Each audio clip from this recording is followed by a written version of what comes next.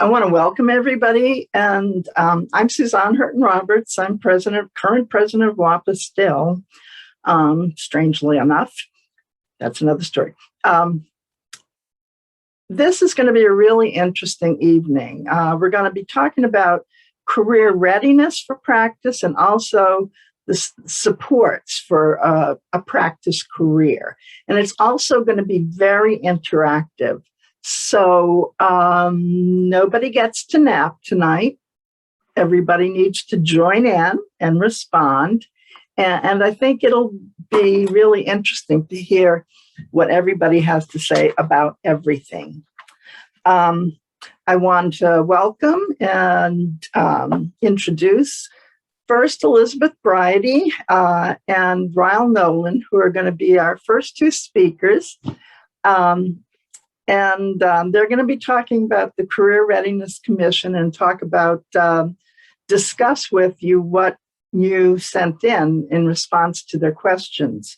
We also have Kathleen Crane of LTG Associates, and who's also current president of NAPA, National Association for Practicing Anthropology. But I'll do a better introduction for Kathleen because she's going to be talking. She has the second portion of the evening. We're going to start off with Ryle and Elizabeth. So I'm going to do some bios here, intros for Elizabeth and Ryle. Elizabeth has worked on organizational culture change for over 30 years, first at General Motors Research and later through her consulting practice, Cultural Keys. She's engaged with clients in manufacturing, aeronautics, healthcare, consumer products, service industries. Her career has focused on helping organizations understand employee perspectives and work patterns in order to improve employee engagement and organizational effectiveness. Her books include Cultural Change from a Business Anthropology Perspective, Partnering for Organizational Performance, and the award-winning Transforming Culture. She's currently working on the 9th edition of the Cultural Dimension of Global Business. Elizabeth just completed a wonderful 3-year term as secretary of the American Anthropological Association. I know she had lots of fun. In 2020, she was awarded the Bronislaw Malinowski Award from the Society for Applied Anthropology, which is very prestigious. Among the many things she's doing, because this is certainly not the only thing that she's doing, she and Ryle co-lead the Career Readiness Commission. So I'm going to turn it over to you, Ryle and Elizabeth, and tell us what you'd like us to do. Well, thank you very much for that lovely introduction. It's great to see so many people here, and I think that we're going to have a lot of fun tonight. So I'm going to start off the slide deck and just do the first few slides, and then Ryle will pick up where I left off. So hopefully you can see that. Mm-hmm. Okay, great. And so this is actually a workshop. It is interactive. The first several slides, though, before we get to the questions, are really information for you so that you understand a little bit better what the Career Readiness Commission is all about and what we've been working on, as well as the results from the survey that you filled out for us before this meeting.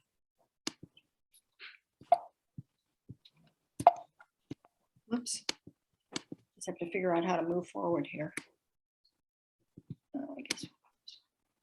So here's a picture of you that was taken on November 10th.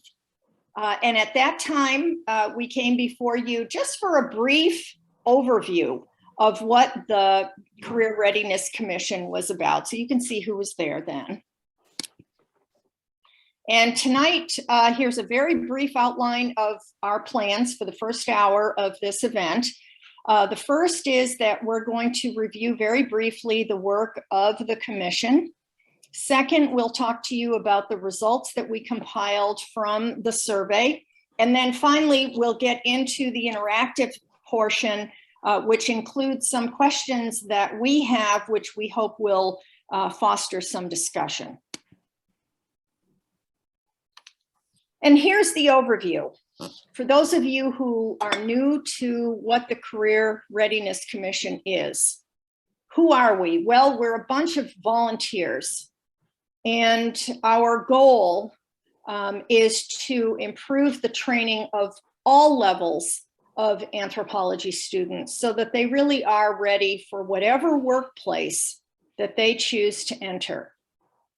Bachelor's, master's, PhD students in all of the subfields.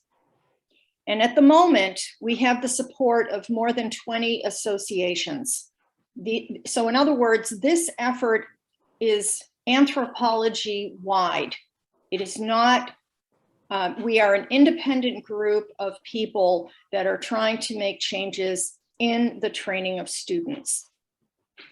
Our current work is really focused on a rapid data collection of information, insights, findings that we are able to gather from various people out there in the world.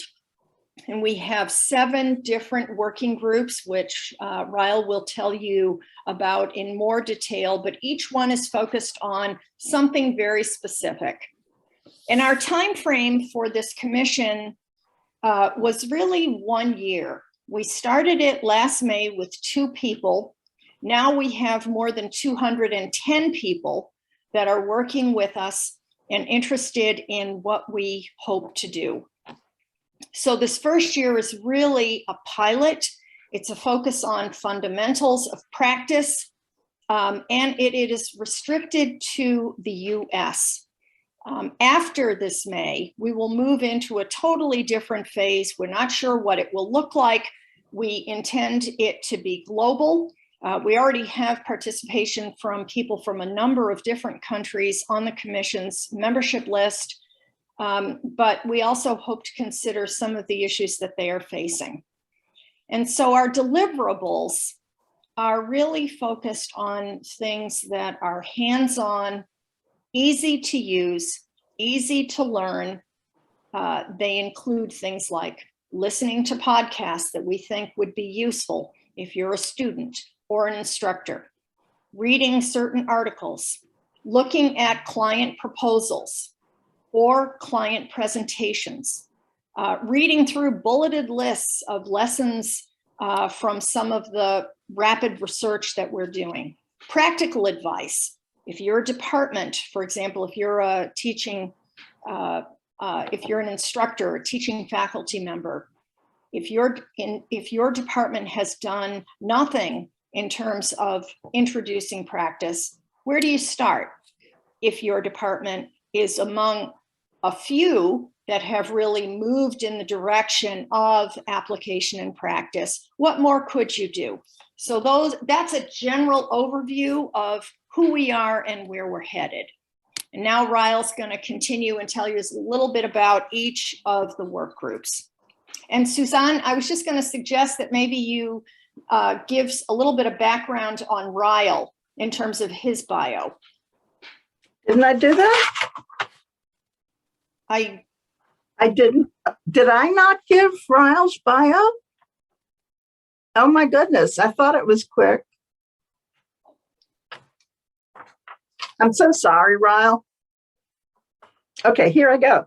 Ryle is Professor Emeritus of Anthropology at Purdue, where he was also Associate Provost and Dean of International Programs from 2003 to 2009.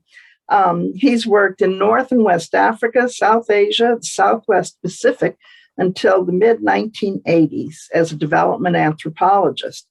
Later directed international programs at several U.S. universities, including University of Pittsburgh, Golden Gate University, University of Cincinnati, and Purdue. He joined Purdue's Department of Anthropology in 2010, where he taught several courses in applied anthropology, development anthropology, project design. From 2014 to 2019, he was also an affiliated lecturer at the University of Cambridge, where again, he taught development anthropology. Ryall's the author of 8 academic books, including Development Anthropology. There's a pattern here, in case you haven't noticed. The Handbook of Practicing Anthropology and Using Anthropology in the World. He's published many, many articles, including Anthropology and Development in the Oxford Research Encyclopedia of Anthropology. And so I apologize, Ryle. I just thought I was done, but I wasn't. Ryle, you're muted. There, sorry. No, thank you. And I was going to say I blame Elizabeth for the last one of those articles that I did for those Oxford people. Oh, yeah. never again. But anyway, no, I mean, it's a good group, but gosh. Yeah. All right, very quickly. We have 7 work groups, and some of you are members of some of these groups, and so you know about this. But for the rest of you, we asked ourselves what needs investigation. And I should preface my description of these 7 groups by reiterating or pointing out something that Elizabeth referred to a minute ago, which is that we're not doing dissertation research here. We're doing rapid assessment.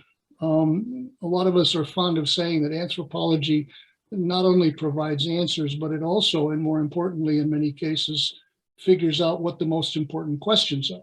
And that is what we were after in this case, was not the definitive answers, but rather, what should we be looking at moving forward? So with that in mind, we set up 7 groups.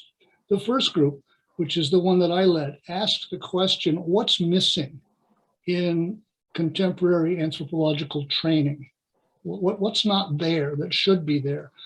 And the other thing that I should mention about all of these groups is that they are practitioner driven and practitioner focused. So we didn't ask instructors that question, we asked practitioners that question, and we got a report back. And I think I've sent that out to some of you, and I will be glad to send it out to anybody else that wants it.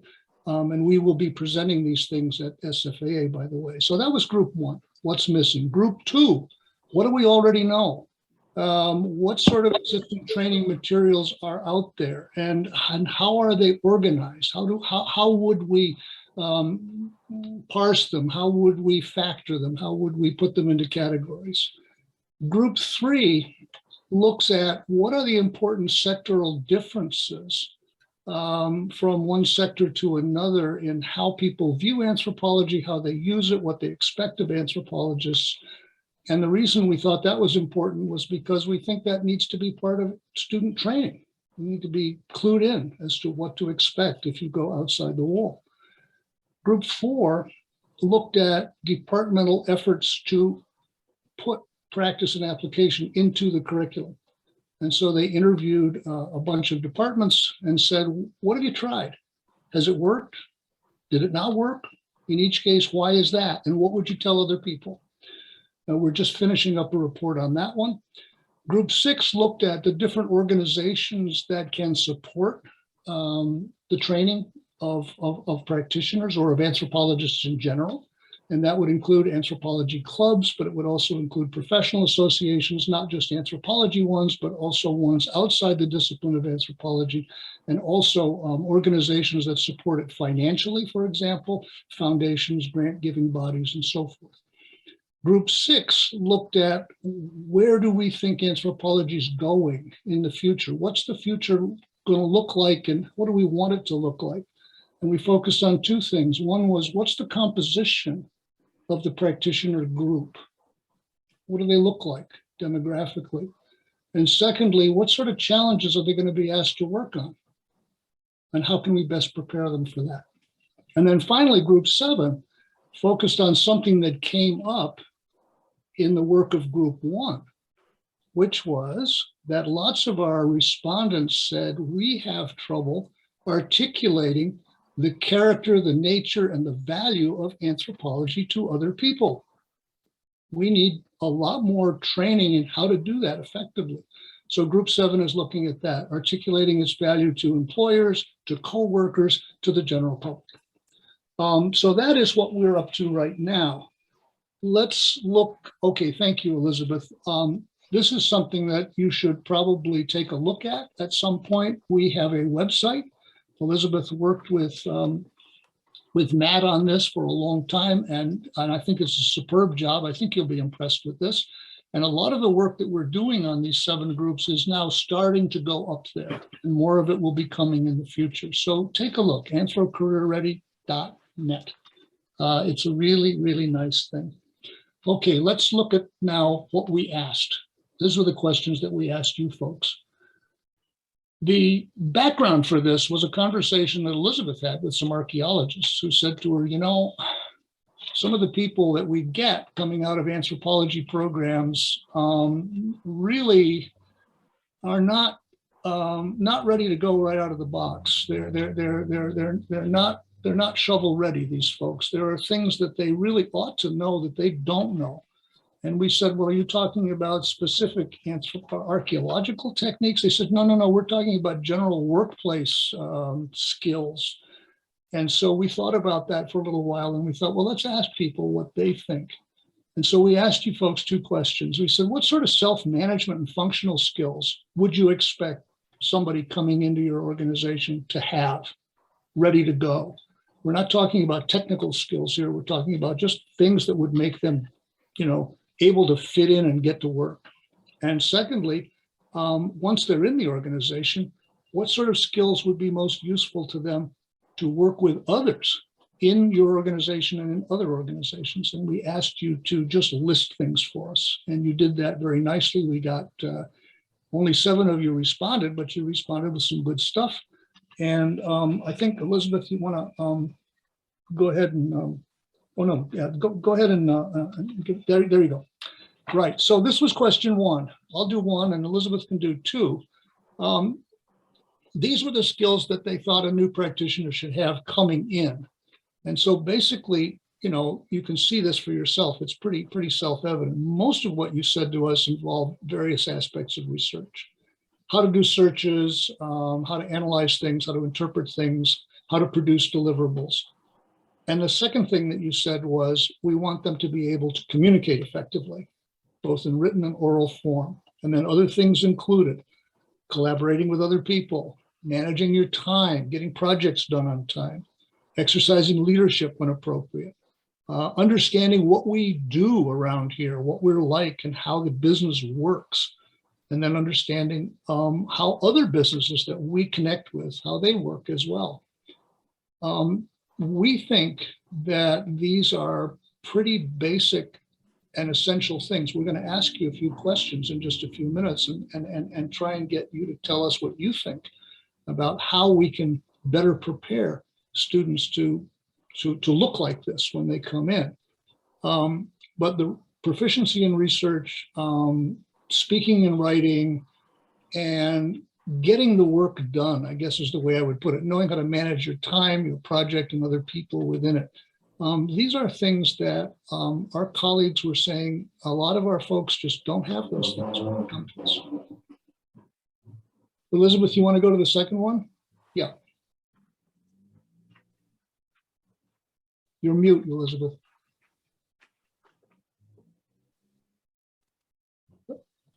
Elizabeth, you're mute.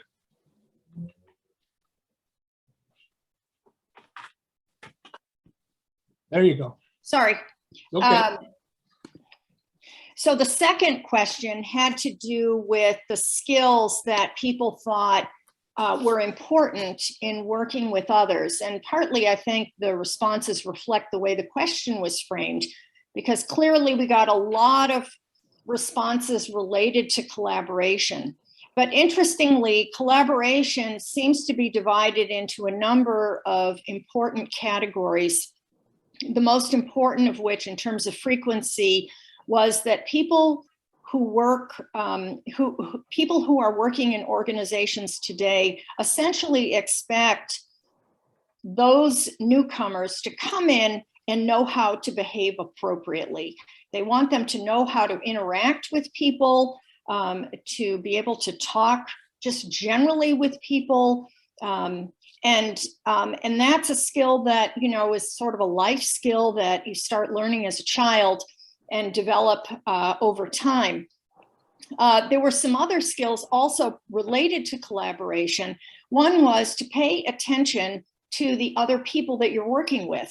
Like, who are these people? And learn something about them. Learn about their competencies. Learn about how they think. Another feature, which was relatively important, was, when you're working on a team, you need to be contributing substance, content, ideas. So you're not just there as a process person, and you're not just there as a cheerleader, but you are there as an expert in some way, shape, or form to contribute to the conversation. And then the last element of collaboration had to do with being self-aware. In other words, like one of the comments had to do with seeking feedback from others on how people were interpreting you, how people were responding to you. And then in addition to these collaboration skills, there were the other skills that you already noticed from the first question: research, communication, project management, and so on. So the top takeaways was that organizations expect that new hires will exhibit some of these important interpersonal skills and be adept enough at them that they can work effectively in groups. And organizations also expect that you, the new hire, will be able to contribute to the work of that organization, which is clearly very important. But the curious thing to me, as I sort of read the tea leaves or read between the lines, is that the interpersonal emphasis seemed to be much stronger than the ideas or the content. Thinking back on my own career, I think that actually might be true, but that's a discussion for another day. So now we want to move to some questions that we thought would kick off our discussion. And I think maybe I will not leave, I will stop sharing in a minute. We've identified a few different questions, but this one was just for starters. To what extent can we train for these skills in academic programs? So the key skills from the two questions: research, communication, and collaboration. How can we train, if we can in fact train? And if we cannot train for these skills or cannot train adequately for these skills, how are the students going to acquire them so that when they become new hires, they will be ready to go? So research, communication, and collaboration.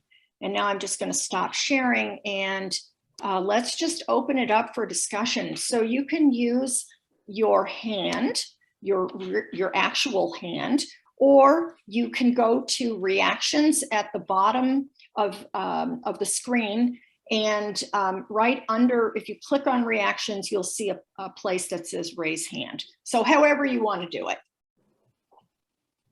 And the floor is open. Suzanne. I have two ideas. One, internships are great while you're in school. I had some, and I've had interns work with me. I've learned a lot from them. And I think they just sort of got a sense of working within an organizational context that I don't think they would have gotten. Not everybody can do an internship, perhaps. But it seems to me that you could include this sort of, this dimensions, interpersonal dimension, in research projects, in your thesis, in your dissertation, any research project that you're assigned while you're in, while you're still in the university, while you're still still a student. And so instead of just focusing on the research process itself, how are you dealing with working with informants, working with colleagues. How are you gaining entree to this or that? And just that sort of interpersonal human dimension that I don't think we always get when we're doing such research projects. Thank you for that. Ryle is suggesting I go back and share the screen and ask the other questions so that you can at least see them. So this one was about, to what extent can we train for the skills? The next question had to do with the belief in academic programs that they have so much going on. Do we really need to add something else? So in other words, how important are these skills, communication, collaboration, and so on, and what priority should we give to them? And then the third question is, whose responsibility is it to train the students in the first place with these skills? So let me just ask a follow-up of Suzanne. You mentioned internships. I totally agree with you. I think internships are fabulous. And the students that take internships, whether they're anthropologists or from other disciplines, seem to do quite well. And we know from the anthropologists who take internships that, I don't know, it's probably somewhat around 50% or so end up finding a job. I think it's 60%, end up finding a job either directly with the place that brought them in as an intern, or through networks connected with that place that brought them in. Right. But if that is the case, why on earth isn't everybody doing it?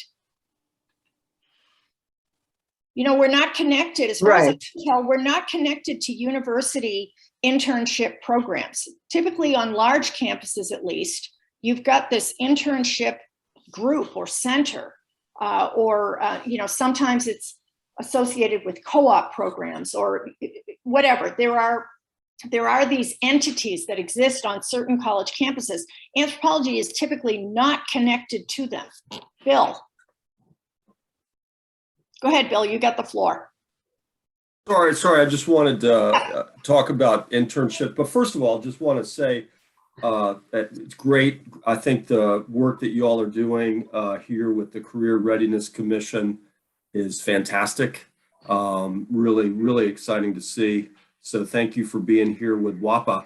I just wanted to point out that in addition to the internship, so the American Anthropological Association funded, and St. Mary's College was fortunate to be part of a group that looked at undergraduate, what are you going to do with your degree in anthropology? And St. Mary's and I think Wheaton College were the smallest.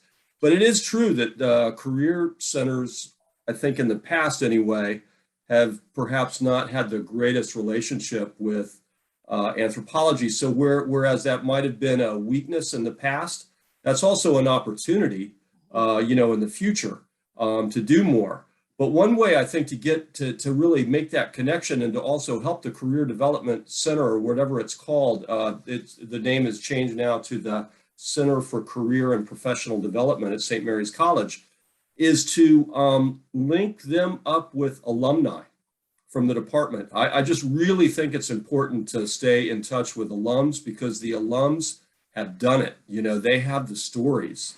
They've taken their anthropology degree and they've done something. And so it's just so important, even though there's not necessarily the incentive there for academics to necessarily do that. I just think that's really important. The other thing I just want to mention is that, you talk about the collaboration, for those of us who have been trained in ethnography and have done ethnography, I mean, think about how important rapport building is in the kind of work that we do. And so to me, rapport building is really just, those people who are excellent networkers, can network really easily, are just, good at that. And so that's something that you have to take, at least in my experience, on a case-by-case basis, because, students today, so much of their interaction is mediated digitally that, that you have to kind of understand that and get them more comfortable with that kind of face-to-face interaction for rapport building. Thank you. Okay, yeah, I could go on. You know, the other thing I want to say is that, you know, I talk to students now that culture is not just a noun, that culture can be a verb. And we as anthropologists or students of anthropology, that's what we do. We get out there and we make these connections because culture is something that you do, right? It's not just something that is around you. Thanks. Right. Okay, thank you. Emily, you had your hand up? You're muted, Emily. I totally agree with what Bill was saying. I take the research ability for granted. I figure that they're usually getting good ethnographic training, many of sociology and other areas of research as well to complement the anthropological research. But I was trying to think about what types of anthropologists have been successful in working in specific fields. And I realized that the people who had a thorough competence in that other field, say agriculture or education or early childhood, whatever, they really knew the literature, they knew the history of the development of the field, and they were competent actually to function within that field.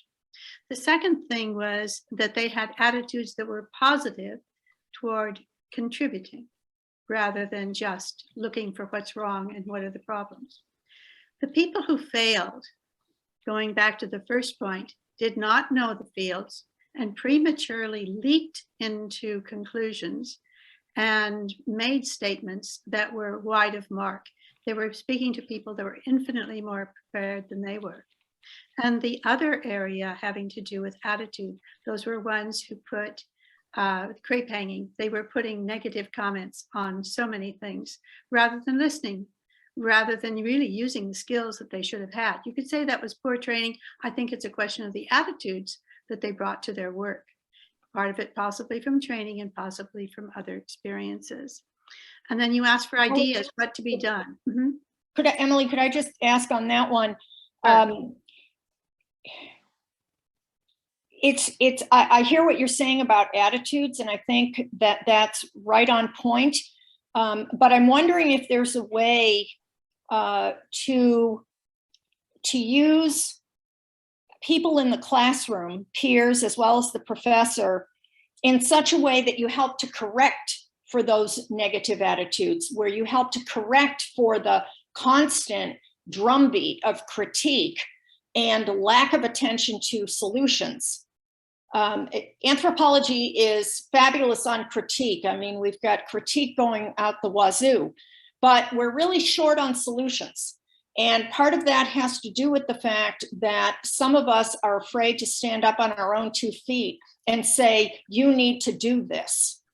This is my professional opinion. So I'm just wondering, in a classroom setting, can you imagine some ways in which you could encourage that kind of feedback so students self-correct when they recognize, or when other people recognize, that they're not behaving in a way that's helpful? Well, there are a lot of techniques that can be used. And you're talking to somebody, I was in the pro seminars of Stanford University, where we were given gold stars for tearing everybody apart, their arguments, and it became rather ad hominem on occasion.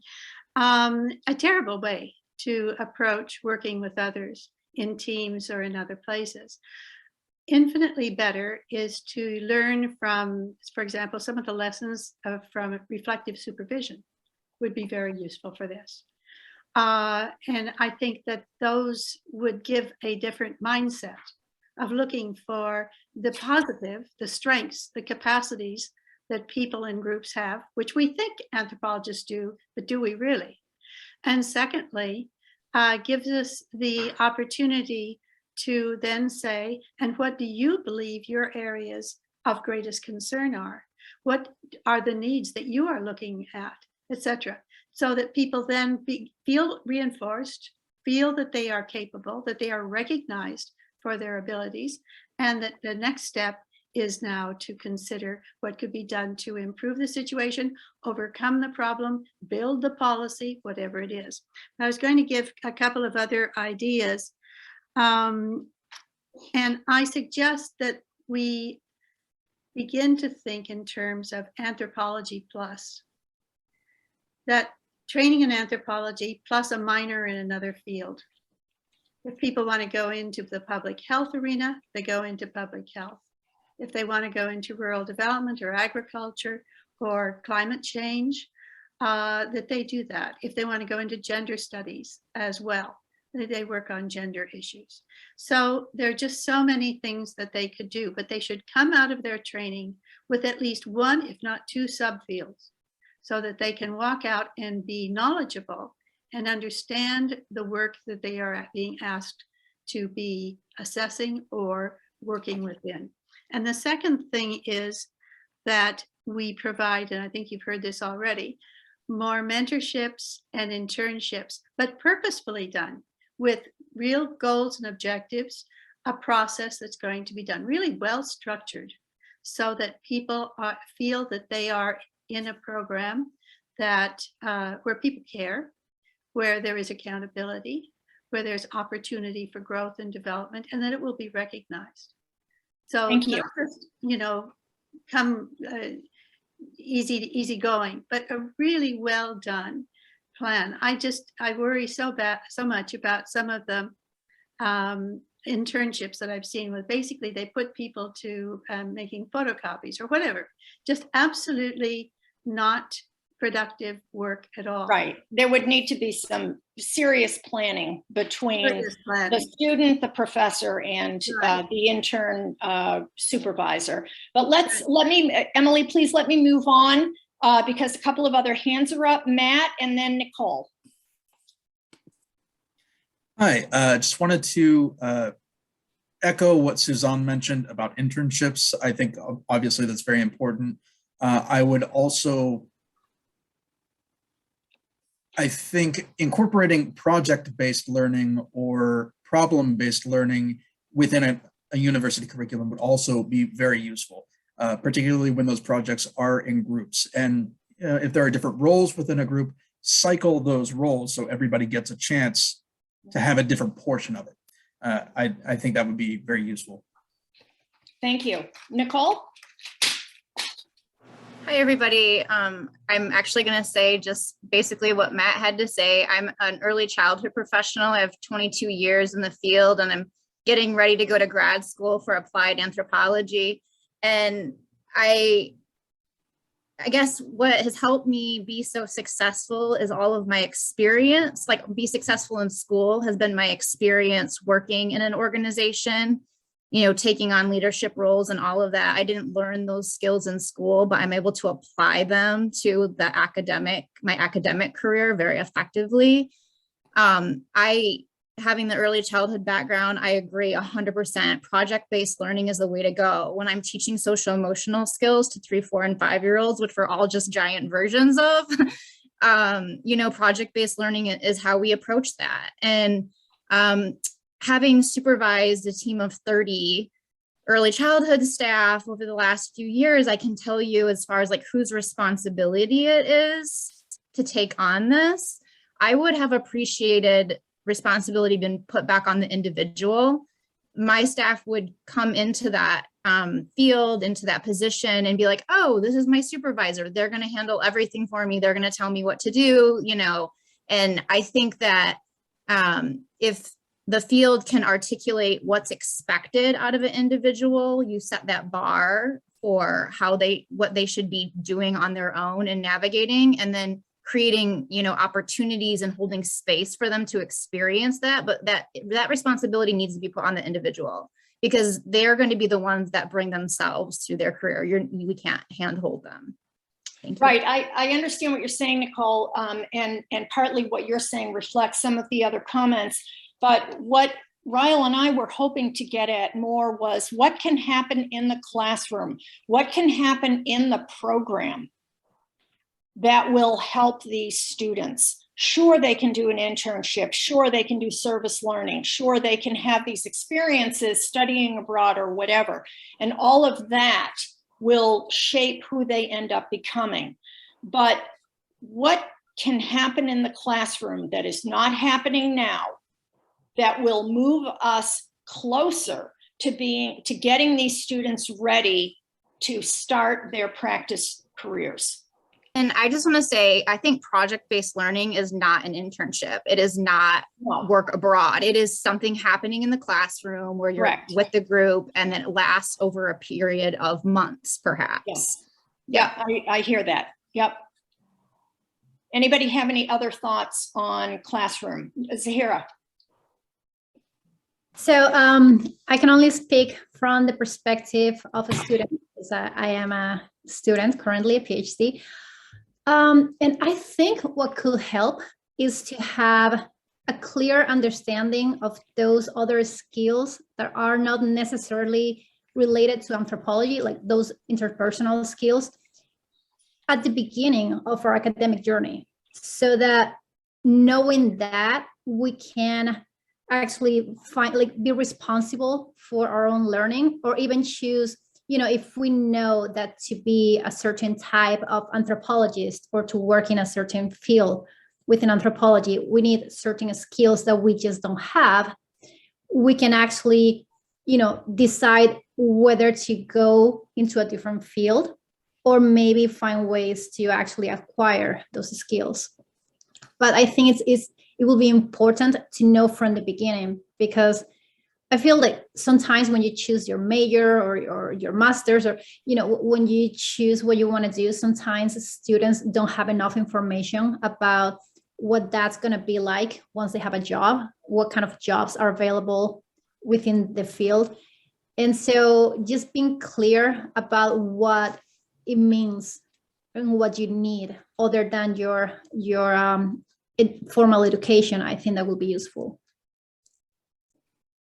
Okay, Maria? One of the things I think that would be beneficial in the classroom is for students to have to give presentations. During my PhD program, it was very rare that students actually gave presentations on their papers, on their research, on even the things that we read in class. So I think that would be one of the ways of learning communication skills, how to say something clear and concise in a certain amount of time. I think that is one of the skills that needs to be done. And I think this could be done very easily. Okay, and Neil, you had your hand up, I think, at one point. Yes, all these are really important points.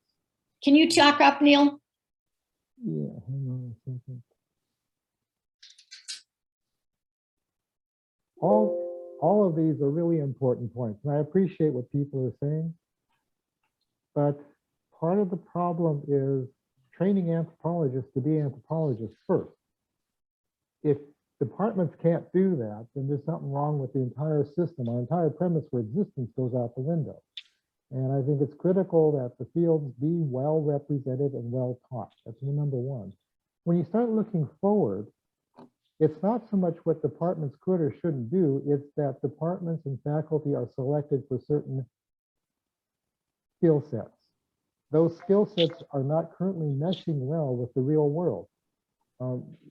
We have been doing this work as LTG for a very long time, watching and hoping that universities and faculty would start to pivot toward where we need people to be, and we're not seeing that. How do we collectively get departments to understand that what they're doing is important, but they also need to be collaborative? They need to have their students working as parts of teams. They need to be part of that. They need to be part of the solution, rather than standing aside and saying, oh, those professionals will do that work. They'll learn that when they leave the university. They can go to public health and learn that. Our skills as anthropologists teach us to be flexible, to be synthetic, and that's why we're good at what we do. Departments need to understand that and use that as a focal point for their training about all of the subdisciplines.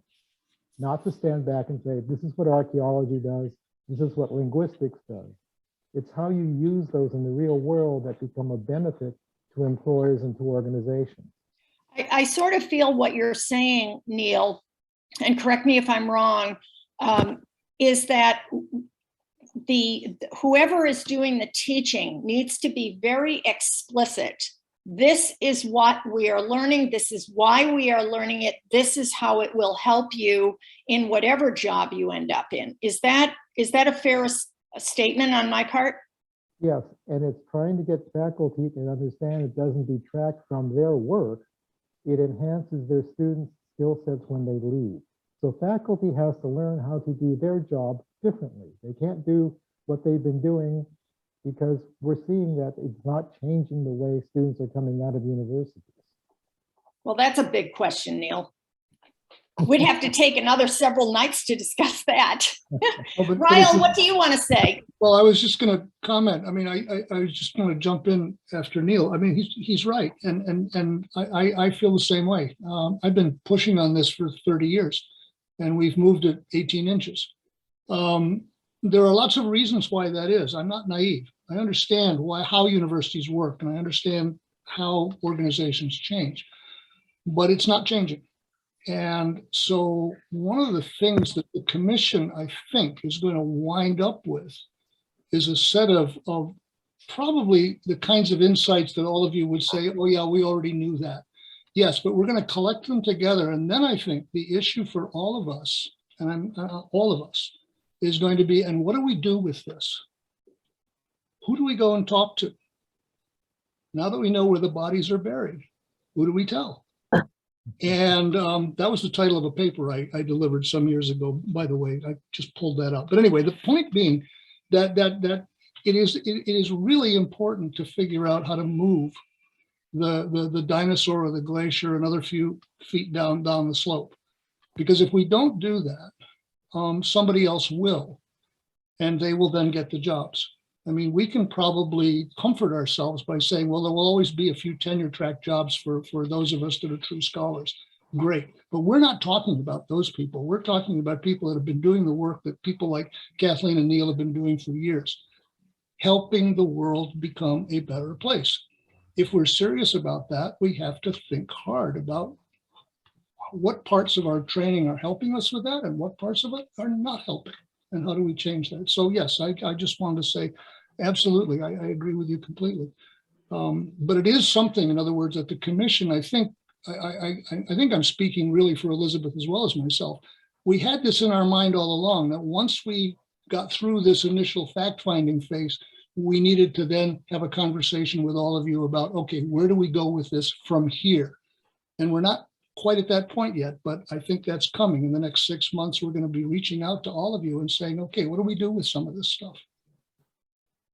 Matt had a comment in the chat asking if faculty can really teach something that they may not have experienced.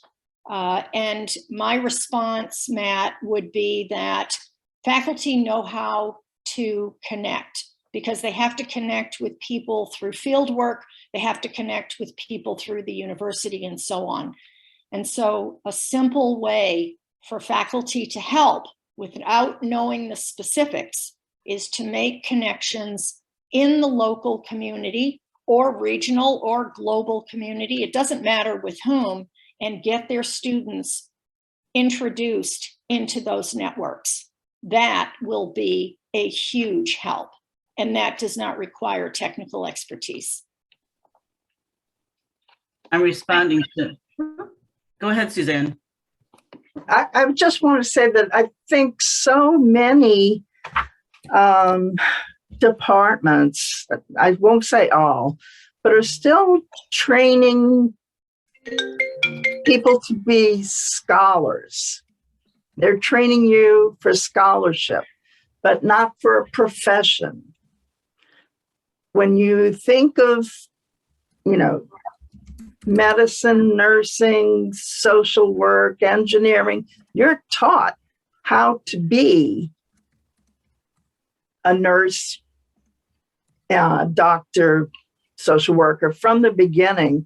And I think that could be emphasized from the beginning, that you are not just a student, you are an anthropologist in training. You are you've joined, just engaged on this path, and treat each other like colleagues rather than just people who can go do research, library searches and come up with the best citations and bibliographies for their papers. I think it needs to be a much more active approach, and not the idea, promulgate the idea that you are now becoming, this is going to be a transformation.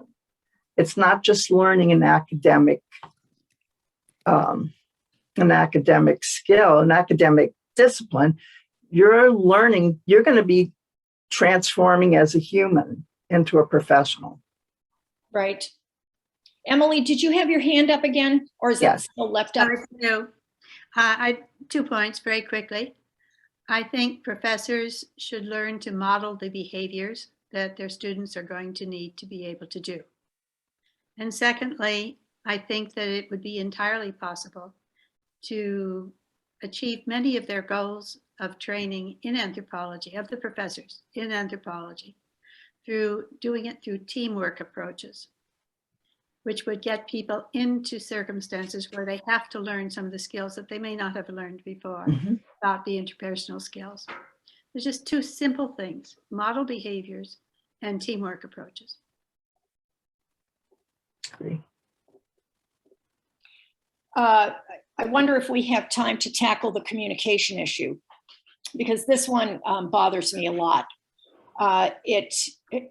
When I came out of graduate school, I talked like an anthropologist, and nobody else understood me. So what I hope for the future of anthropology is that they will talk like ordinary people, write like ordinary people, define their terms in parentheses, and not go on for line after line with the same sentence. How do we change that? How do we improve communication so that it really is what you all have recommended: clear and succinct, both orally and in written form? Ryle? I'll be very brief too. I resonate with a couple of the remarks that were made just a few minutes ago. If we are serious about transforming this discipline of ours into a true profession, and that is not something that is accepted by, I would say, most academics. They would push back on that one. But I believe that we are a profession as well as a discipline. So if we are going to be a profession, then we need to act like one. And that addresses, I think, part of what Elizabeth is getting at. We need to then behave like professionals. And that includes clear communication, simple communication, etc. But the other point I wanted to make, and this is sort of, I don't expect us to get off on this tangent, but this is something that has bothered me for a long time. There's no such thing as standardization in anthropological teaching. Every school does this a different way. There is absolutely no consensus, except that we have 4 fields, and I don't even think that we have consensus on that. And consequently, we're not a profession, because there's no way that you can tell whether anybody's any good or not. And there's no way that we can accuse anybody or sanction anybody for malpractice. There's no such thing. And so we have a big job ahead of us, it seems to me. When I started teaching at Purdue, I was assigned to teach an introductory course, and I said, fine. I said, what's the syllabus you want me to use? Oh, they said, you make it up yourself. I said, what, just like that? They said, sure, teach anything you want. And I thought, this is no way to train people. I'm sorry, it's not. You wouldn't train a pilot that way. You wouldn't train a doctor that way. You wouldn't train an engineer that way. Why would you train an anthropologist that way? So consequently, at some point, not now, but in a few years, we're going to have to address this question of standards. And what would you call it? Licensing? I don't know. You know, we right. I know you're laughing. We did this before, and it didn't work out real well. But I'm not. I think the problem is still there, and I don't know how to approach it. Anyway, I'll leave it there. Kathleen? Two quick comments. We won't talk about certification or standardization at this moment, but we all got our heads handed to us 30 years ago talking about that. Yep. It's time it came back around. Language, we all have to learn to be bilingual. We have a professional language that allows us to speak rapidly with another anthropologist and to communicate complex issues. If you go to school to be a doctor or a lawyer or an architect, you're going to learn that professional language. If you're really smart and you're dealing with people who are not any of those, you learn to be bilingual. And that's what we need to teach people who want to be professional and practicing anthropologists. People who live inside an academic dome can be unilingual. But those of us who are outside have to be bilingual. End of sermon. And we are just about out of time. It's just about 8 o'clock, so maybe this is a good time for a transition to Kathleen.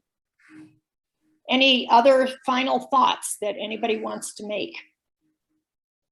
If any of you are interested in the Commission's work, we can send you copies of the newsletters that we put out occasionally. All you need to do is contact us, and I will put my email in the chat. And you, if you would like your name on our mailing list, we're happy to add you, which would then automatically give you access to our very occasional commission-wide meetings. And it would also enable you to participate in one of the groups if you're interested. Matt, you had a question? Oh, sorry, Chris. Sorry, Chris, your hand's up. Hi, everyone. I haven't been able to chime in until now, but just been finding this very interesting and do have one question. When I first graduated from my PhD, AAA had an initiative where they had realized in 2015 over 50% of graduating PhDs were going into practice rather than academic positions, and therefore we're asking each department to start a practicing anthropology course or some sort of applied anthropology course or some sort of request like that. The intern at the time, I think you had just come in at Ed. So I was just curious if that initiative ended up somewhere, because it seems like a good vehicle for this type of thing. And then everything else people have said has been great. Ed, can you comment? Yeah, we got a lot of, this is Ed, we got a lot of pushback from, who are you to tell us how to do our job? You got pushback from my department too, even though a number of us alums yes. are in favor of it. I'm sorry.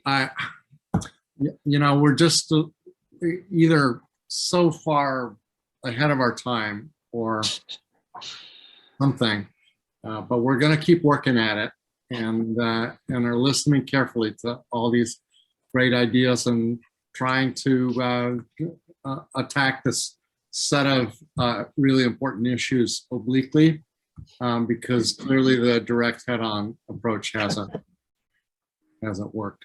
I disagree. I think that stuck with me, and you all at AAA were caught trying, as far as I'm concerned, and that's what they say here in Washington D.C. That when it's this type of influence game, you want to be caught trying, and so but please don't stop saying stuff like that. We might as well shame our departments for that, and I think they're coming around. I know my own advisor and chair have come around in the 5 years since you started saying that to thinking maybe that would have been a better idea.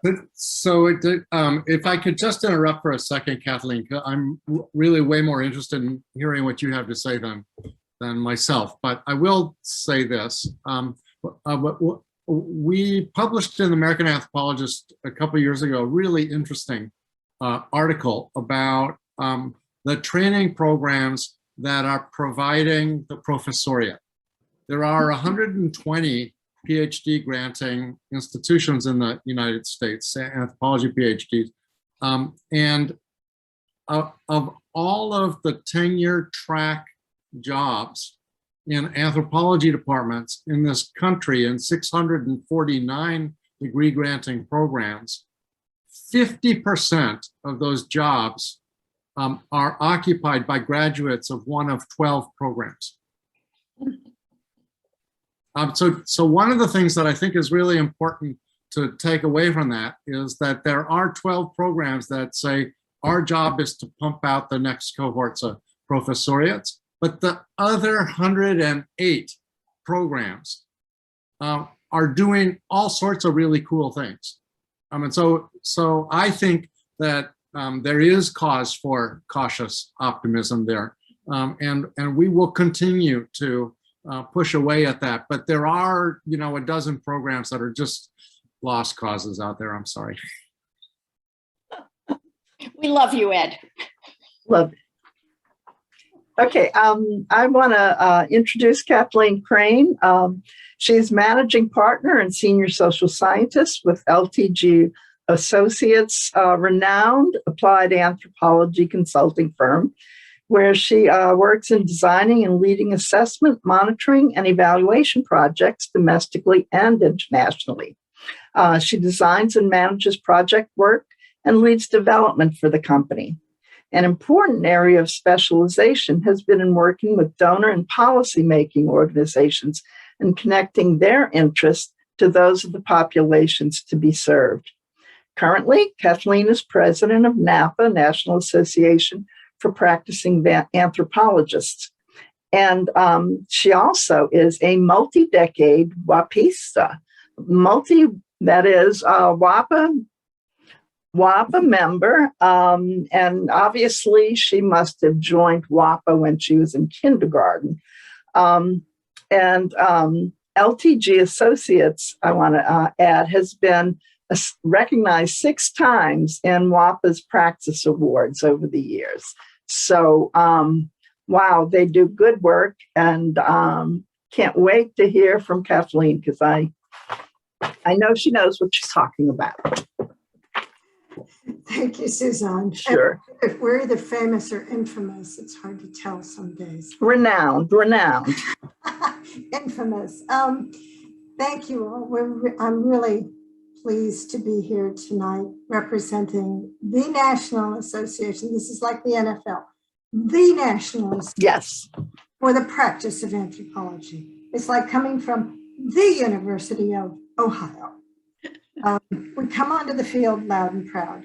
And yes, I am the World Series.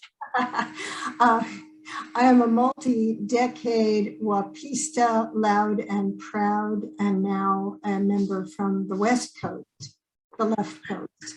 And I never stop talking about how wonderful WAPA is. So I am never thankful for COVID. I am glad that WAPA has gone virtual so that I can continue to participate even from 2,500 miles away.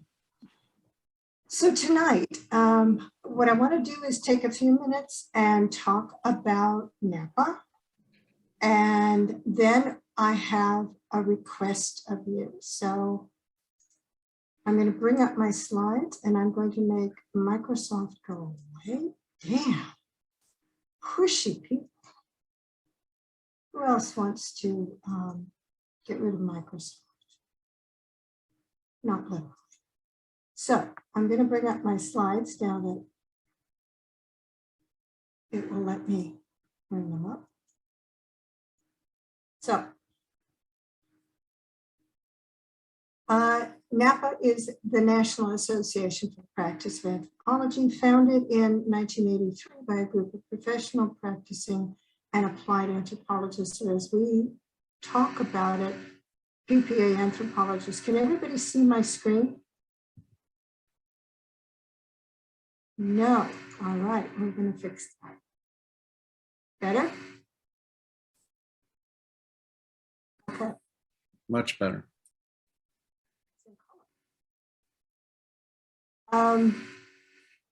We are the only national organization dedicated to the support of PPA anthropologists and the promotion of the professional value of anthropology in addressing real-world issues. We are a section of the American Anthropological Association, and we are the loud and proud leading edge of PPA work.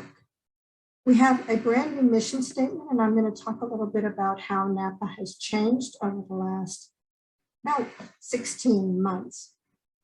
Our mission is to promote human-centered work applied to practical problems by linking a network of professional anthropologists working across employment sectors.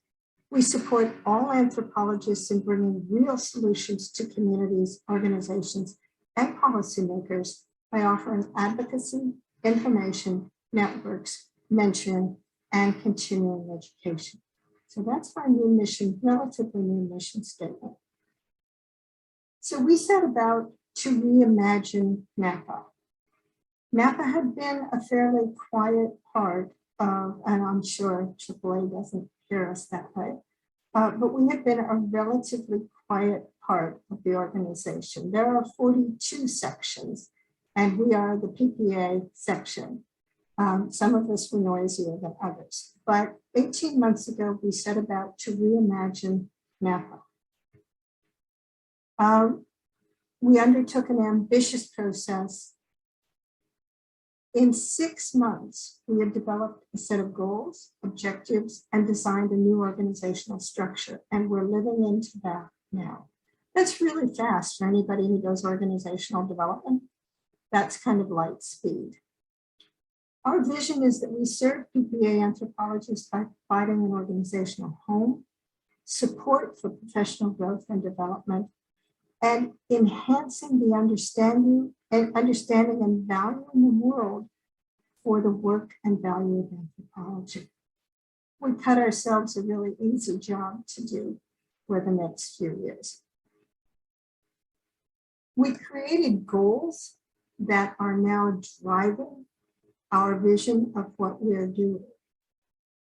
We want anthropologists to understand and be able to translate their skills into practice. This is hand in glove with what Elizabeth and Ryle were just talking about. It's from the other side. We want to identify PPA skill needs and create quality materials to help to address those. We want to be an evolving resource for PPA identity.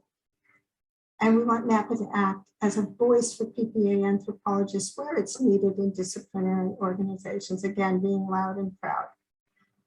NAPA is partnering with sections, LPOs, and other organizations in network building and information sharing. And one of the things you will see is that NAPA is much more in evidence if you're working across organizations than we have been in the past. We will continually learn and respond to the needs of PPA anthropologists and support the growth of and sharing of practice-based knowledge. We will grow our connections with academic organizations and programs, again, hand in glove with what we've just been talking about, and create, grow, and strengthen a broad network of PPA anthropologists. So those are just the summary goals. And we have sub-goals, and we have all kinds of planning that we have done, and we are now, as I say, living into enacting those goals. So for the next little while, what we want to do, and if you want to come out and play with NAPA, we of course invite you to do that. We want to invite you to talk with us for the next while about 2 questions, maybe 3, that will add to our understanding of how we can best support and serve the community of PPA anthropologists. We did a lot of listening before we launched on our new vision, our new goals, and we are now moving out to organizations that may not have been involved in that listening. And WAPA is an important part of that, and we will be talking to other organizations. So for the next little while, I'm going to be your scribe as we talk about these questions. So the first one is, what are the most important kinds of activities that a national organization focused on PPA anthropology should undertake to promote the value of anthropology in the world?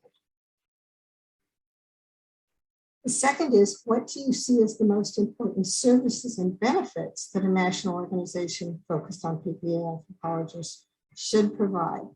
And finally, because we never know everything, is there something we haven't imagined that we could be doing as a national organization focused on PPA anthropological needs? So those are the three questions. And I can see some of you, but I am going to be scribing. Only if I'm on the right page am I going to be scribing. Okay, I'm going to have to escape in order to scribe. And this is kind of a, whatever you think is important about activities that NAPA could, should be undertaking to promote PPA anthropologists and anthropology. What should we be doing? And Suzanne, if you can see everyone, would you be? Ed Lebo raised his hand. Hi. Okay, I can see Ed. Yeah, Ed, I yeah. just think that the mentoring program that NAPA has had implemented for years and years and years is one of the greatest things going.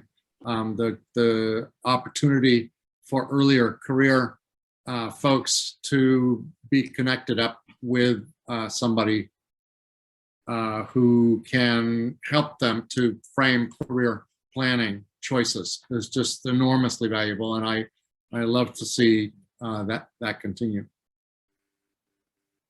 That's a 30-year-old program and it's going strong. So other people. Elizabeth. Yeah, what I like about, well, there are a number of things I like about the NAPA website, but two come to mind right away. One is the teaser of the job of the month. I think that is a very cool feature. And each time there is a new job that is very different from the previous month's or job, and it's just really interesting to see the range of jobs that are posted on the website. The second thing that I particularly like has to do with all of the career development information that is readily available to viewers. There's an enormous amount of material there, and I routinely refer people to it.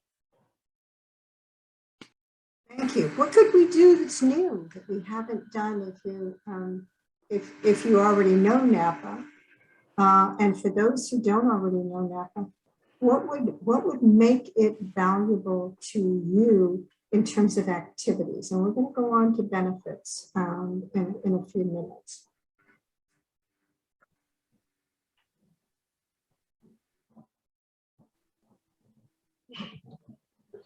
Well, Matt? I'm not familiar with NAPA, but I can say that I really appreciate having access to these conversations as I begin to learn the way anthropologists talk and the conversations that are being had. So if there's opportunities to engage with these conversations virtually, I find that very, very helpful. I think Matt has his hand up, and then Emily, and then Chris. I would really like to see methods and training seminars. I don't know if that's something that NAPA does or would be interested in doing, but I think that would be very useful. I believe that falls under services and benefits, but you can have it right there, methods, training, and it certainly falls under some of our new goals, and we're looking at it. Yes. Okay. Emily? This I'm sort of speaking from my own personal point of view. I think systematic reviews on my topic could be very useful. I'm talking about systematic research reviews that would synthesize what the field knows in those areas. That would be made available to other PPA. And on the basis of those systematic reviews, webinars could be held. That would be sort of a combination of a webinar and a training workshop. For some, it would be a training workshop. For other people, it would be a webinar. Then networking for persons who are working in the same area would be helpful. Many of us do not know each other. I would hazard a guess that you don't know me. And I think that that is something that would be valuable because I see the point to doing it. Then I also had methods and training because I think that is absolutely critical. And then I think it would be interesting to highlight the work of people who are PPA that could become, in a way, role models for some of the younger ones, that bringing it back to our earlier discussion, giving people an idea of where the field is and what types of contributions they can make. Thank you. Those are great ideas. Chris? Yeah, I wanted to ask about social media presence for like the very many, let's call them, you know, disaffected graduates. There's a lot of, at least my peers, who are either still trying for academic jobs and haven't quite embraced practicing work because they see it as giving up, or just are feeling too hopeless to apply for jobs in the practicing world, or don't feel they have the skills. And many of them follow Karen Kelsky, of course, the professor's in, and I think she's done at least an effective job, even though there's a lot of opinions about her, at least an effective job of being there on social media. You know, people reshare her stuff on Facebook. She had the column in the Chronicle of Higher Education. And frankly, I think this is the perfect niche for NAPA, and really like that you said the identity piece here and what type of activities you can be doing. Like, just, I know it helped me a lot to have an identity as a practicing anthropologist, and see many of my peers that haven't quite embraced that identity, even though they are outside of academia, would benefit with that type of social media presence, or something that they can follow and you know, see in cyberspace as a, you know, aspects of their identity that they can embrace.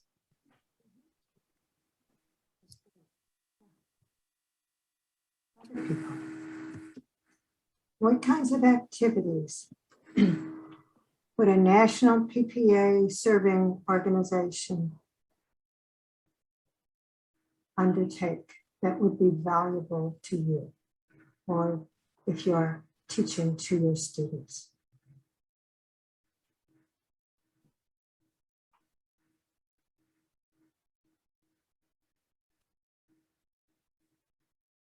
And we can let this one ferment for a few minutes. Okay. We've got Elizabeth? Elizabeth? Yeah. I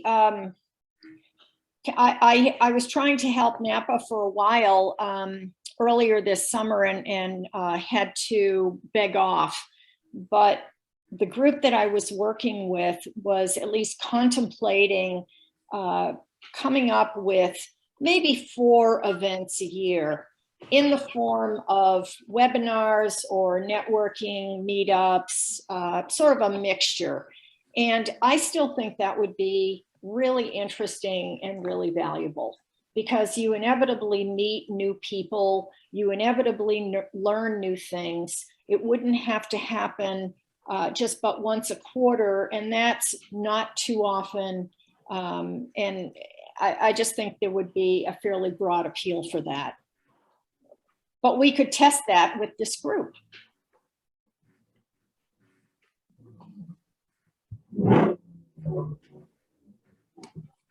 Chris, is your hand still up or newly up? Was that me? I'm sorry about that. But actually, can I tack on one thing too, or ask more of a question? If we are doing more outreach to what I called, you know, say disaffected anthropologists, or people that are struggling with that aspect of their identity, has there been discussion of outreach to, you know, other PhDs and other disciplines that have graduated but are also having trouble finding academic work and joining up with those, the degree to which they're organized. And I mean, I know humanities disciplines don't have the equivalent of like, well, I'm a practicing humanities scholar, but if there were parallel groups at all of, you know, practicing social scientists or practicing folks in fields adjacent to anthropology, or you know, groups of humanities PhDs in practicing roles, you could have a whole, you know, new column on Chronicle of Higher Education, you know, called Academics and Its Discontents or something like that. So as an activity, yeah, or outreach to similar types of practicing groups, you know, that have been PhD trained.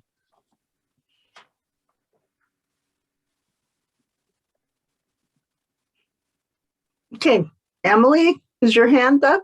Yeah, it's Okay. Amelia.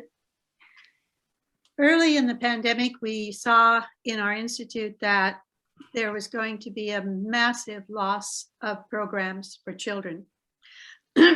So we held global webinars, which included people not only in anthropology, but many other fields, speaking together about how they were being as resilient as possible and how they were innovating.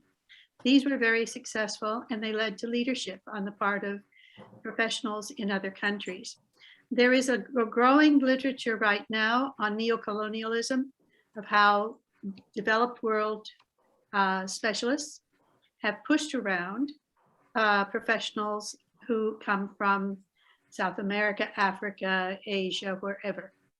And it is a very real problem. And I would lead you to a very insightful writing that was done, I think it was in Lancet, yes, Lancet, by Munira Rashid on this aspect. Excellent article.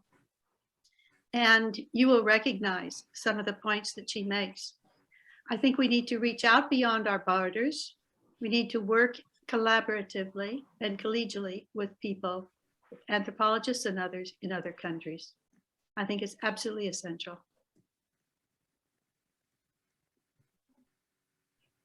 Absolutely. Absolutely. Other ideas on activities. And at the end of the session, I'm going to give you my email address. And if other ideas come to your mind in the middle of the night, send me an email so I can add these too.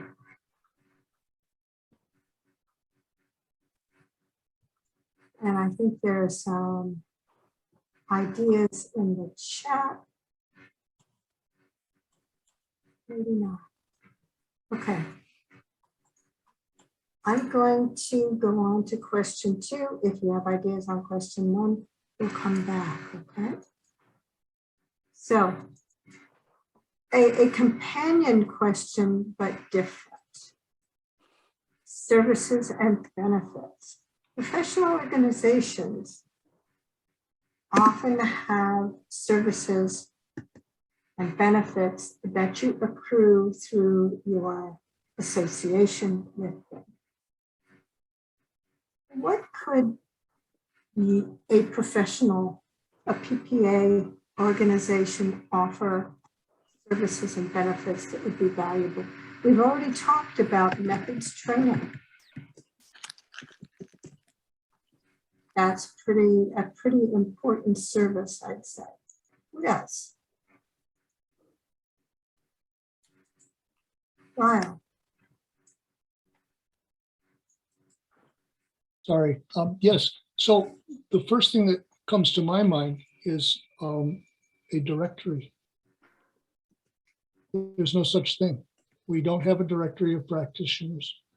We had several in the past, but if you think about it, the AAA puts out a very, very elaborate directory of all of the academic anthropologists in North America, and it is invaluable to people who are academics. But there is no such thing for practitioners. And it seems to me that at some point, if we are going to be if we're going to move in the direction of being a profession, we need a directory. It's a huge job, I get it, but somebody's got to do it. And if NAPA can't or won't do it, maybe NAPA could direct some thinking in that direction as to how to get that done. So that would be my main suggestion. The directory of all great of idea. those. Yeah. Great idea. Emily? I didn't, oops. Can you hear me? I don't know if Yes. I turned it off. I don't think I had my hand up. I had brought it down. Oh, But I just was thinking that I have a network of about 850 professionals, and some of them anthropologists around the world. And that might be one way to internationalize the effort. I don't know, is NAPA interested in including anthropologists from other countries? We are interested writ large in creating a community of professional and practicing anthropologists. Do we have the reach and the capacity? Don't know yet. We're still, what we're doing is new. But I think it's an important issue. So thank you. That's great. Elizabeth.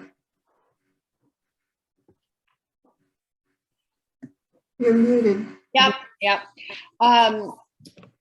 The issue of the directory, that was the first NAPA bulletin. Yeah. So that takes us way back.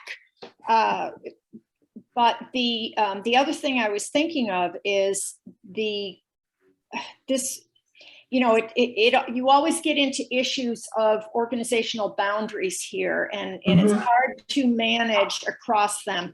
One way to think about it is there a way to create a network of anthropologists that without regard for organizations? And of course, then it becomes a little tricky, but maybe there's a way to have different associations support the effort. The Career Readiness Commission is hoping to do something like that. I don't know if it's ever going to get pulled off, but something is in the works now. There are a number of people we haven't heard from. Matt has his hand up. Sorry. I want to preface this by saying I have no idea how you would actually do this, but okay, we're imagining. It's all good.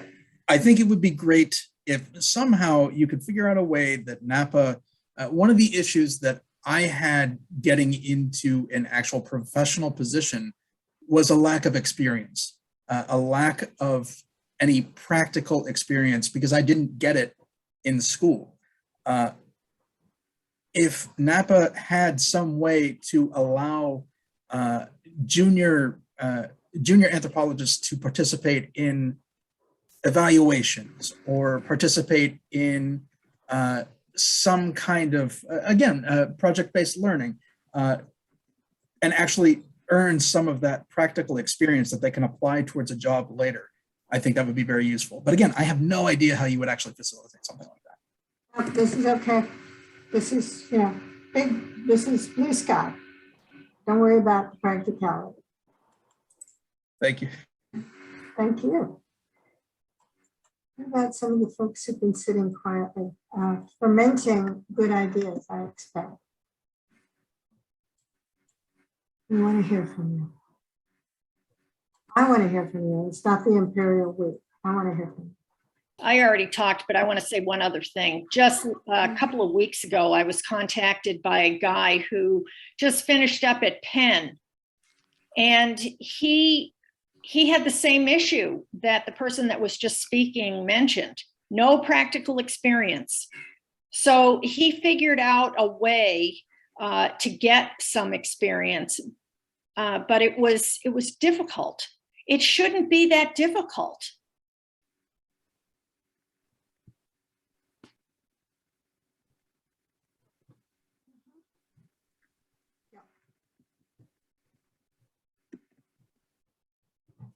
Not how we spell experience.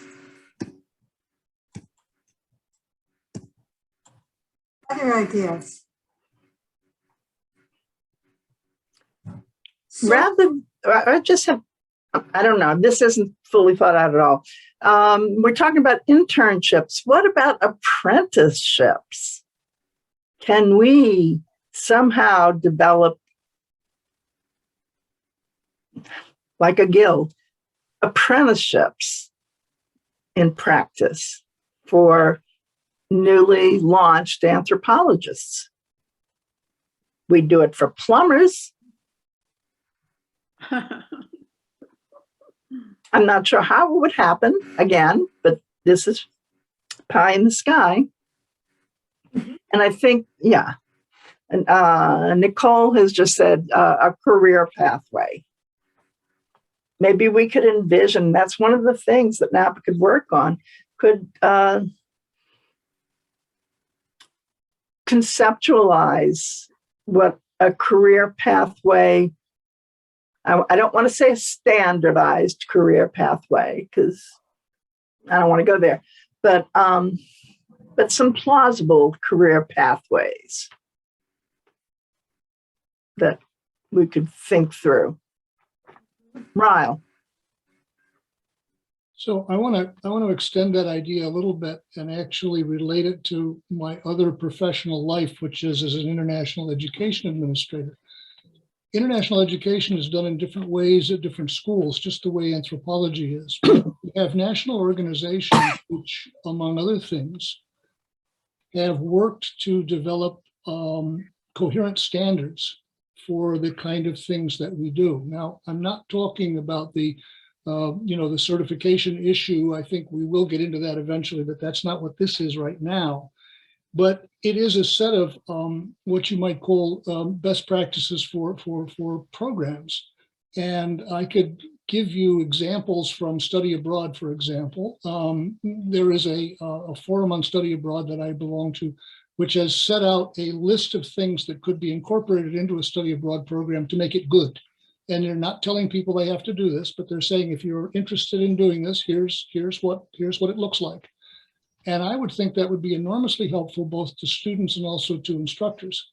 And it would also be a way, if I could put a little sharp edge on it, for people like me to say to students who say, where should I go to get a master's or a PhD if I want to become a practicing anthropologist? I'd say, look at the list and then find a school that does most of the things on the list.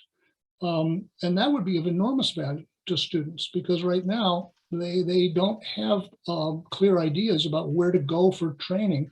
And the people in those programs that are teaching don't actually have very clear ideas about what constitutes a professional preparation program.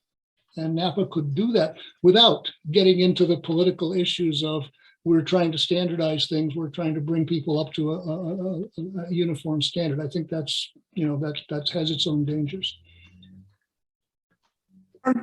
I think that's a very important point. I'd like to hear from the new and young PPA anthropologists, new and transitioning PPA anthropologists, about what you're finding that you're needing as you transition into the world that isn't readily available to you.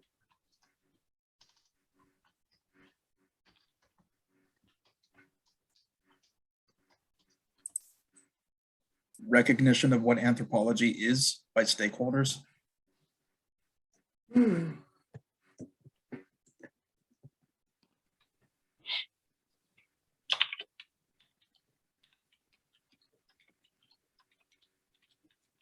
That fits nicely into one of our goals.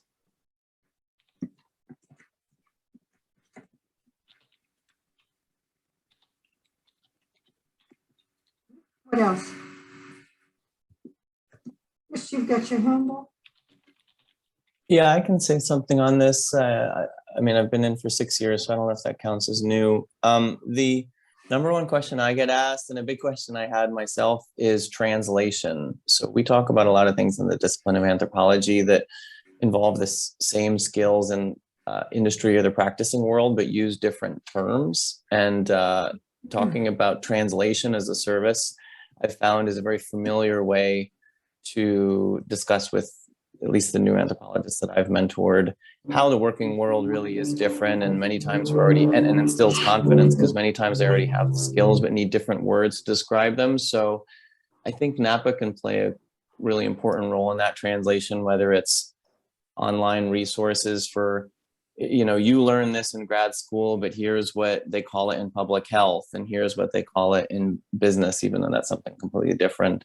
Like you learned data collection, and in international development, they call it monitoring and evaluation, but in public health, they call it applied research. So translation as a service, I think, and maybe even as specific as CV writing workshops and how to translate your academic resume into a practicing one. Always resume development.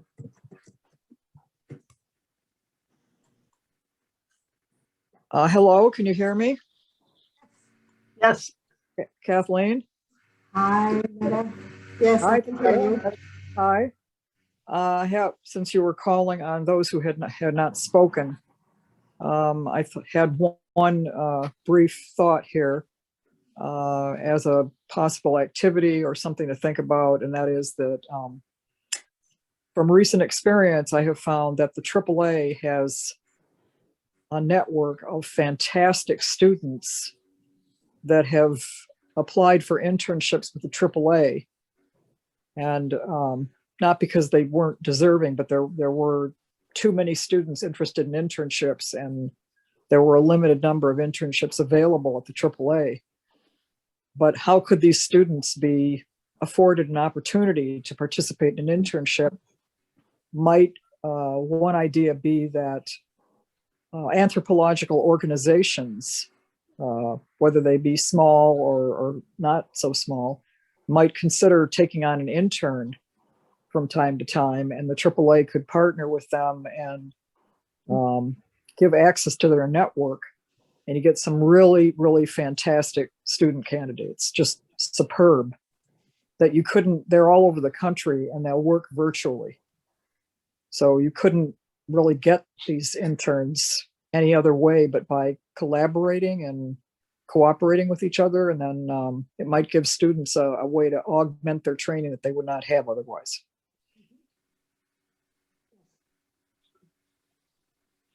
I agree. Internships are just so critical.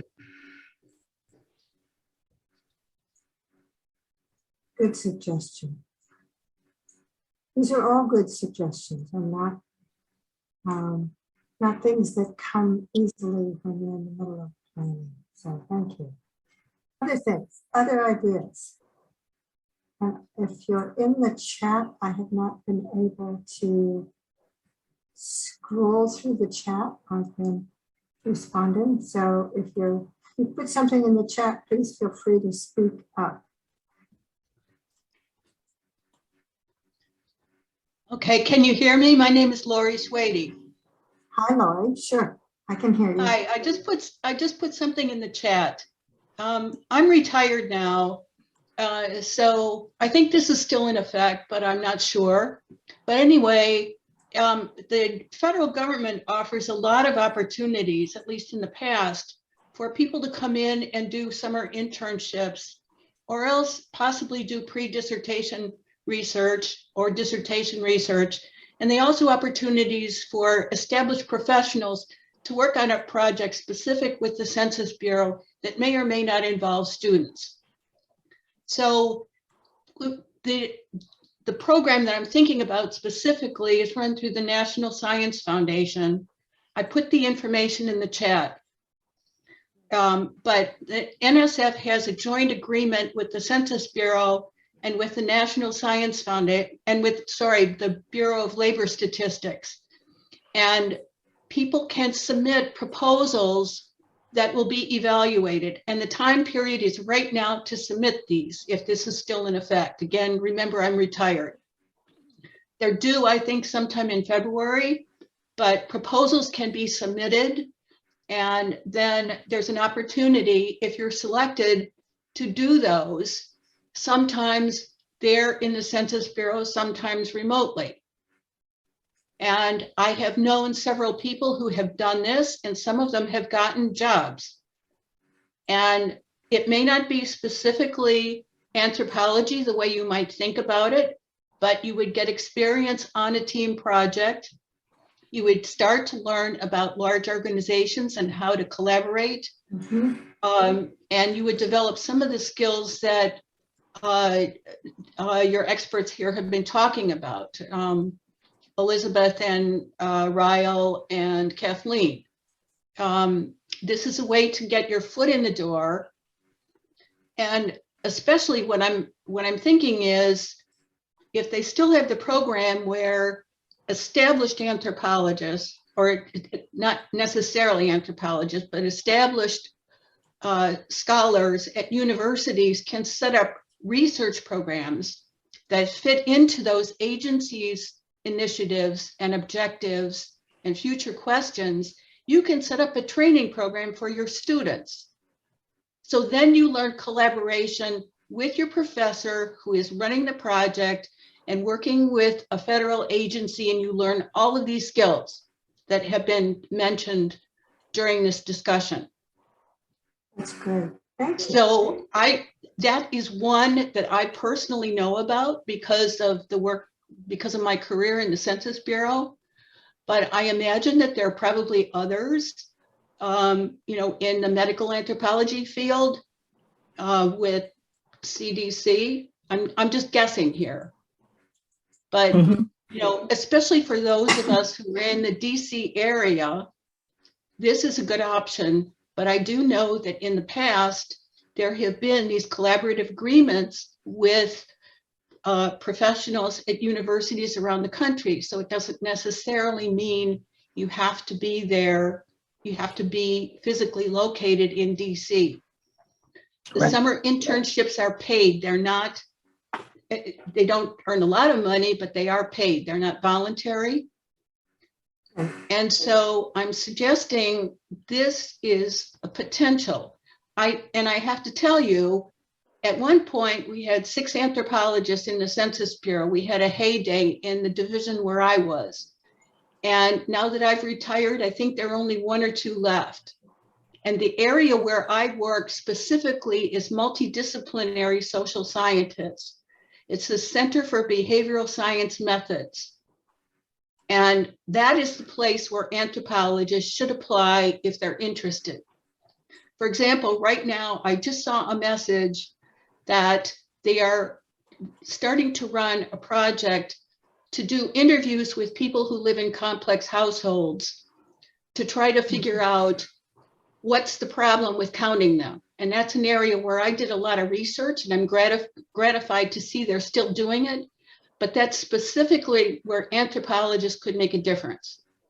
And the Census Bureau would definitely benefit from having anthropologists on the team there, because we have a unique perspective of being in the field and going out and seeing what people think, rather than sitting in the office and looking at statistics and generating statistics.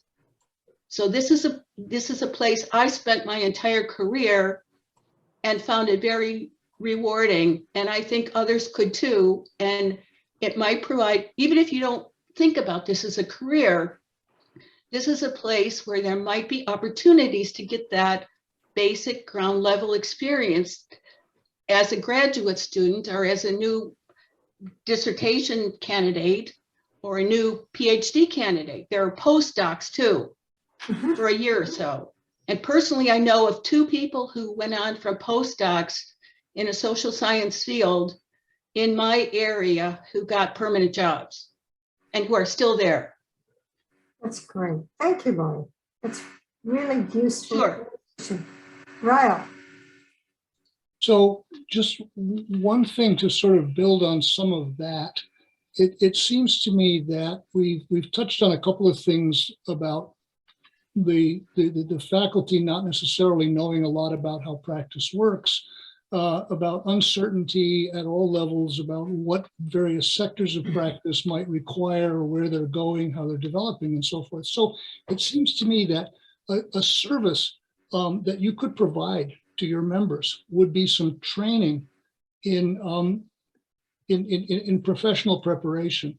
I'm thinking of how to teach yourself what you need to know. Malcolm Knowles, who some of you have heard of, was a pioneer in developing what he called learning contracts. And these were things that were designed to make students independent learners and to build their capacity to identify what it was they wanted to learn and then to find out how to learn that. It's a very simple set of skills to teach people. I used it for years in my own courses, and it works wonderfully with students. So rather than saying, where can I find a course in, or where can I find a book that tells me, what you do to students is say, what do you want to learn? And then how would you like to learn that? And you start talking to them about how to do it. You could run a workshop which would teach this kind of very simple skill to your members, and they would then be able to, it seems to me, go out and develop themselves professionally in the future, because that's, after all, what many practitioners do. When you interview practitioners, they all say, I learned this on the job. So why don't we help people learn how to do that better before they actually have to do it? I can give you some background literature on it. It's very simple. I mean, he's a well-recognized educator. Yeah, anyway, that's just my suggestion. Thank you. That's great. We have just a few minutes left, and I'm particularly keen for people who've been sitting quietly, if you have thoughts, to share them before we turn into pumpkins in a few minutes. Yeah. Hi, Kathleen. This is Bill Roberts. Excuse me for interrupting you. Hey, Bill. But, it's all right. How are you? This is all really interesting and so I hope that I'll be able to be in touch as I have a few more thoughts about this. But we talked about kind of internships. I'm wondering whether there might be something in terms of services and benefits to those people who are, you know, let's say, well established and working like crazy in your professional practicing applied. Is that what the PPA is? Professional practicing applied anthropologists.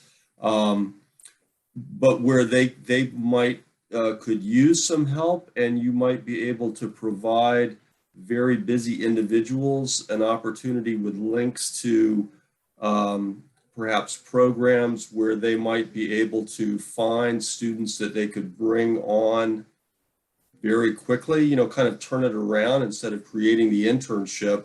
Also thinking that there are times when people need, you know, they need to put together a team for something really, really quickly.